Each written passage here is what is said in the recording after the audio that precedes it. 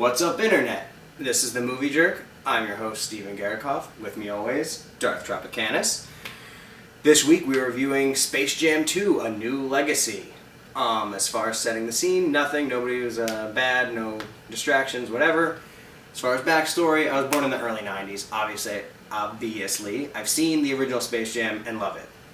I'm also going to point out LeBron James is the GOAT. Sorry, y'all. If you're going to bring up 6 rings, then Bill Russell's your GOAT. We're just going to get that out of the way. So yes, I'm a big LeBron fan. I'm a fan of the sport of basketball. It's not that I hate on Jordan either. But so yeah, let's get that out of the way. On to the movie. Just like Jordan's original Space Jam, this one opens up with a dope montage of LeBron highlights. Again, that's why I'm saying I'm a LeBron fan. I loved the highlights. I can't wait for his documentary. Now let's switch it over to something that I definitely thought was stupid. When he first gets to Toon World and he's talking about Bugs Bunny, there's like a 5 to 10 minute stint where every single sentence Bugs Bunny says ends with Doc, like every single time. And I was like, please don't let this be the entire movie. Luckily, it's not. But 100%, at least 5 to 10 minutes, every single sentence ends with him saying Doc. It was stupid. Let's see. So something I saw online of people that had already seen it and reviewing it. This movie involves, like, Don Cheadle's character is an algorithm thing for WB. And so he has control over all the worlds.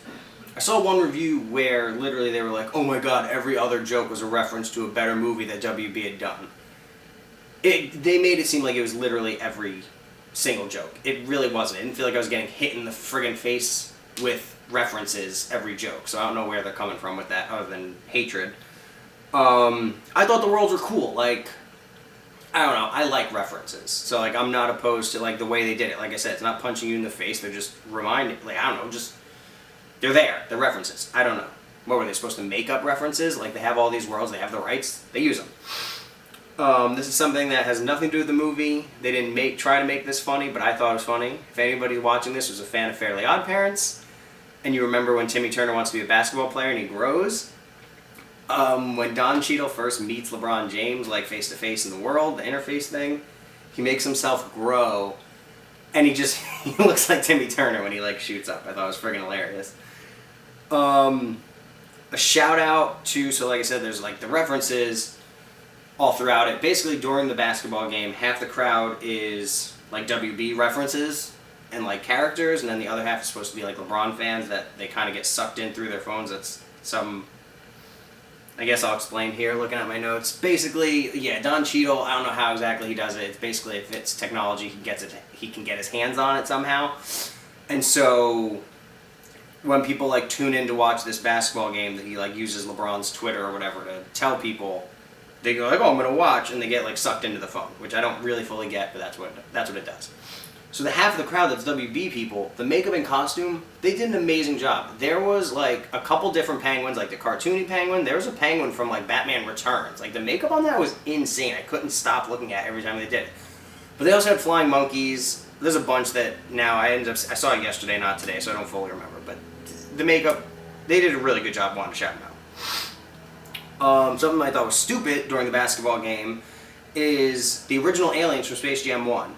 They're rooting against the Goon Squad, but it doesn't make any sense because at the end of the first movie, they wanted to stay with the Looney Tunes and be part of Toon World. So wouldn't they have been rooting for the Toons? So that was definitely stupid. Like, made no sense. They basically just threw the ending of that movie out the window, I guess. With the Goon Squad from this one, basically, so LeBron's son is building a video game, and the way they get the Goon Squad people is, when he's building his video game, he uses this weird scanner technology that somehow scans directly to his phone when he's like, so he'll like record Damian Lillard or whatever, like doing some moves. And so basically Don Cheadle just uses his scans to then merge with the animals, and that's how you get those creature versions. I thought it would have been more high stakes as far as like their lives on the line or something if Don Cheadle used that weird scanning technology that brought people into the game by doing that on those basketball players. Yeah, I don't know, kind of like the way they stole the players' ability in the first one through the basketball, now they literally couldn't play. Like this one, like Damian Lillard and Anthony Davis and stuff, like they're not affected at all because they were just the scanned versions of them. Like it's not like they were actually sucked into the game. I thought that was a little stupid. I definitely saw people attacking LeBron's ability to show emotion on camera in some reviews, and I can't go against those. Those were accurate. LeBron, like when it's time to be like all emotional, like with his son at the end, they're trying to make up, blah blah blah. It definitely wasn't great, but you know what? If Action Jackson can't cry, I don't care. That was me trying to do a Tropic Thunder reference right there. Could not get it out. Either way, I don't care. He's a basketball player. He's not a trained actor. He's not Leonardo DiCaprio. If LeBron can't cry on camera, I don't care. Like, I wasn't there to watch LeBron cry. I was there to watch him play some basketball with cartoons. So, the other thing, so like I said, you know, or I guess I didn't say it, I don't know. The premise of it, or we know from the commercials that it's him playing to save his son. But it's basically him versing his son. That's the way Don Cheadle sets it up. So, like, his son's on the court with the Goon Squad playing, because he, like, uses technology to make himself better for the video game. Yeah, I just said video game. It's his son's video game that he's inventing that they're playing. It's not a basic basketball game. There's like power-up style points. They're playing the game his son's designing. And I think it almost would have been funnier if LeBron had to be like, his son's not backing down. He's like, no, Dad, like, you're going to lose. And he's like, you don't get it. Your life's on the line. I got to beat your butt in basketball, son. I just thought that would have been funnier instead of them reunioning before the end of the game. Either way.